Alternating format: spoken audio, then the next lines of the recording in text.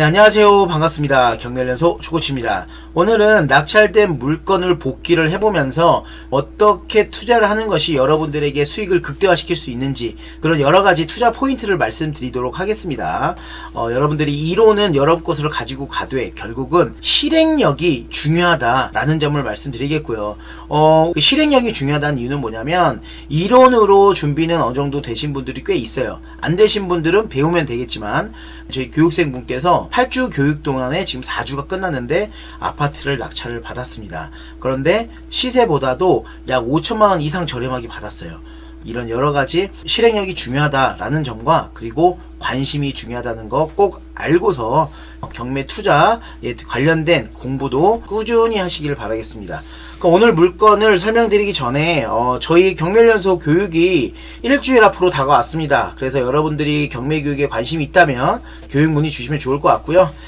마지막에 또 하나 교육에 관련된 내용을 말씀드리도록 할 텐데요. 오늘 복귀 물건 분석하는 내용부터 실제 투자할 수 있는 물건까지도 보여드리도록 하겠습니다.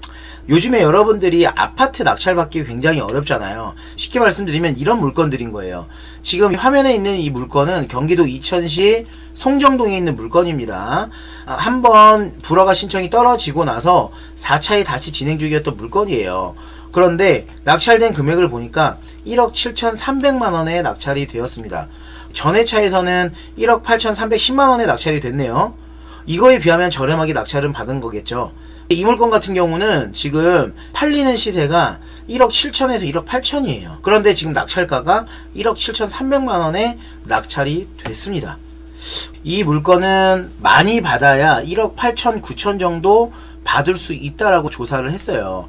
지금 1억 7,300에 낙찰이 됐으니 실거주 하시는 분이 만약에 이 물건을 투자했다면 나름대로 나쁘지 않아요.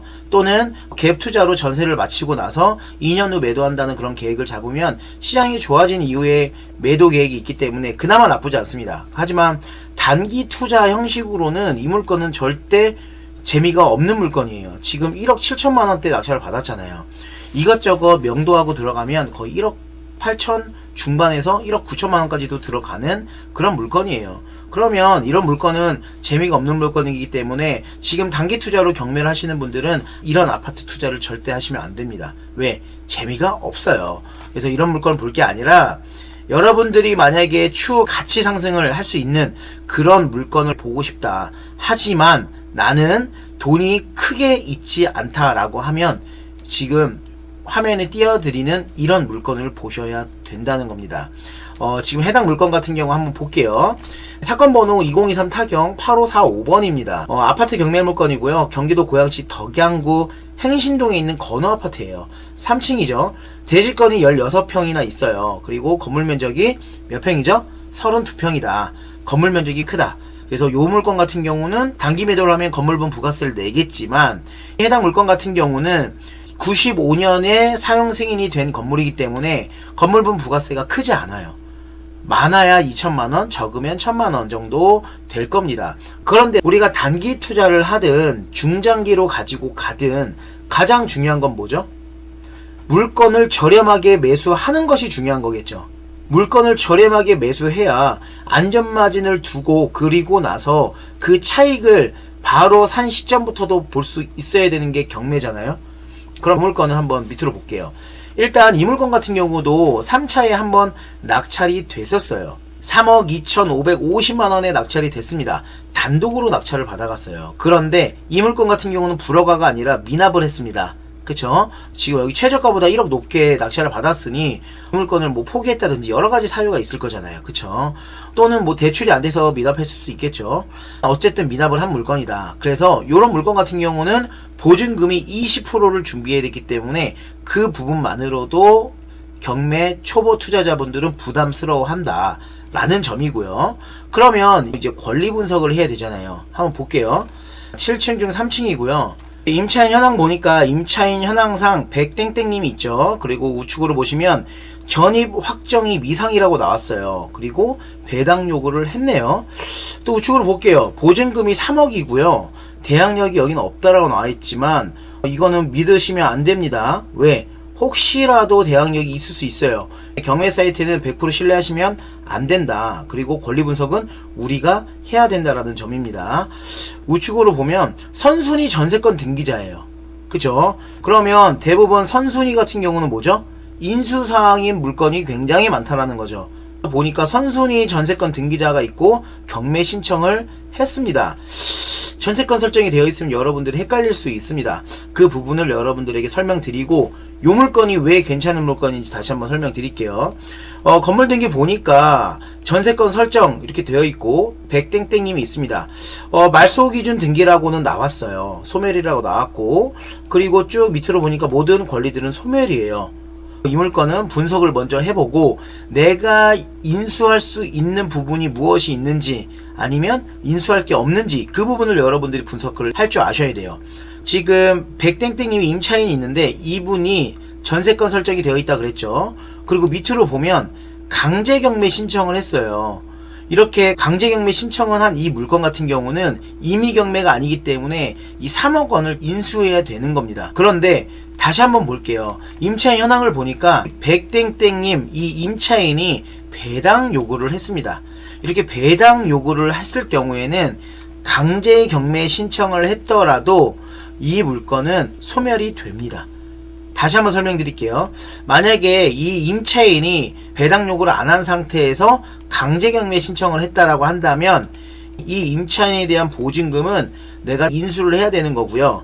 하지만 이 물건 같은 경우는 배당 요구를 했기 때문에 강제경매 신청을 했더라도 이 임차인은 말소기준 등기가 되기 때문에 보증금 인수가 아니라는 거예요. 곧 뭐냐면 이 물건은 낙찰을 받고 전액 배당이 되지 않더라도 소멸이 된다라는 겁니다. 결국은 이 물건 같은 경우는 선순위 전세권 등기자라고 기재되어 있지만 우리가 인수사항이 없다라고 보면 되는 물건이에요. 아시겠죠? 그런데 만약에 전입을 했고 임차권이 있다라고 한다면 이 보증금은 또 인수사항으로 바뀌어요. 전세권 설정이 되어 있는 그런 물건 같은 경우 잘 모르시고 입찰 하면은 미납 사례가 많이 나오는 경우가 그렇습니다.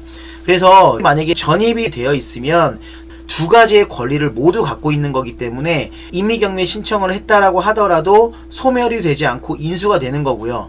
하지만 이 물건 같은 경우는 전입을 하지 않았기 때문에 임차권은 없고 전세권만 있습니다. 전세권만 있는 상태에서 배당 요구를 하고 강제경매를 신청했기 때문에 추가적인 인수사항이 없다라고 보시면 됩니다.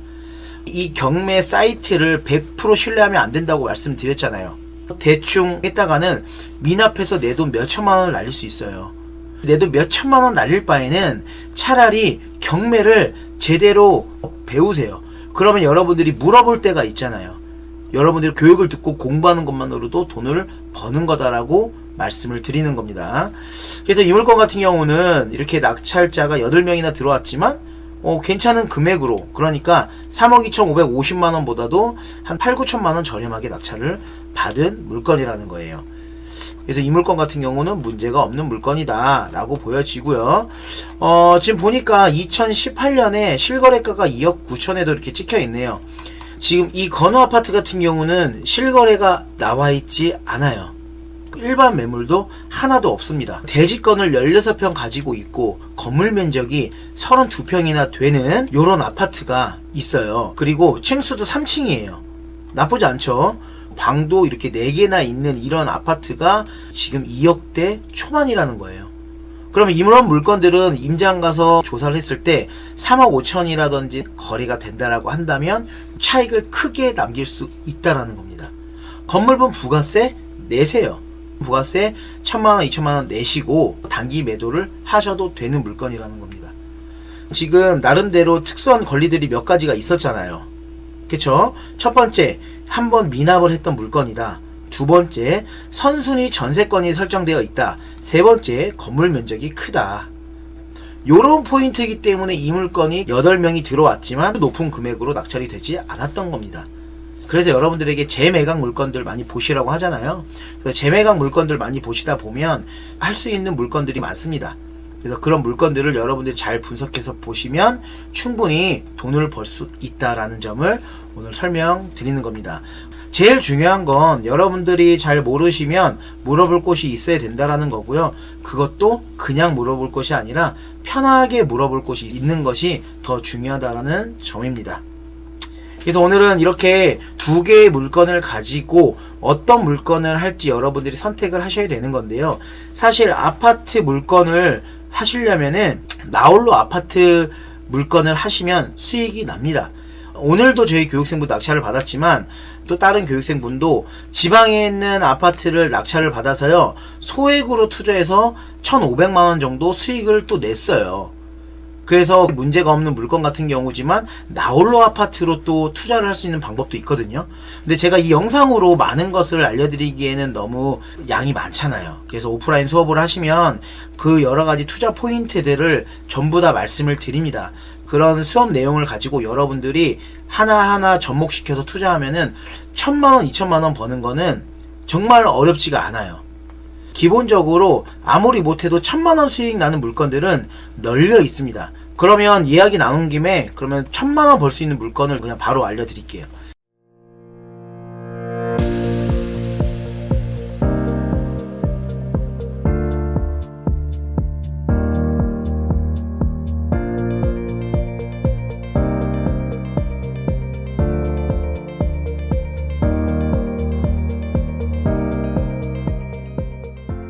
그런 수업 내용을 가지고 여러분들이 하나하나 접목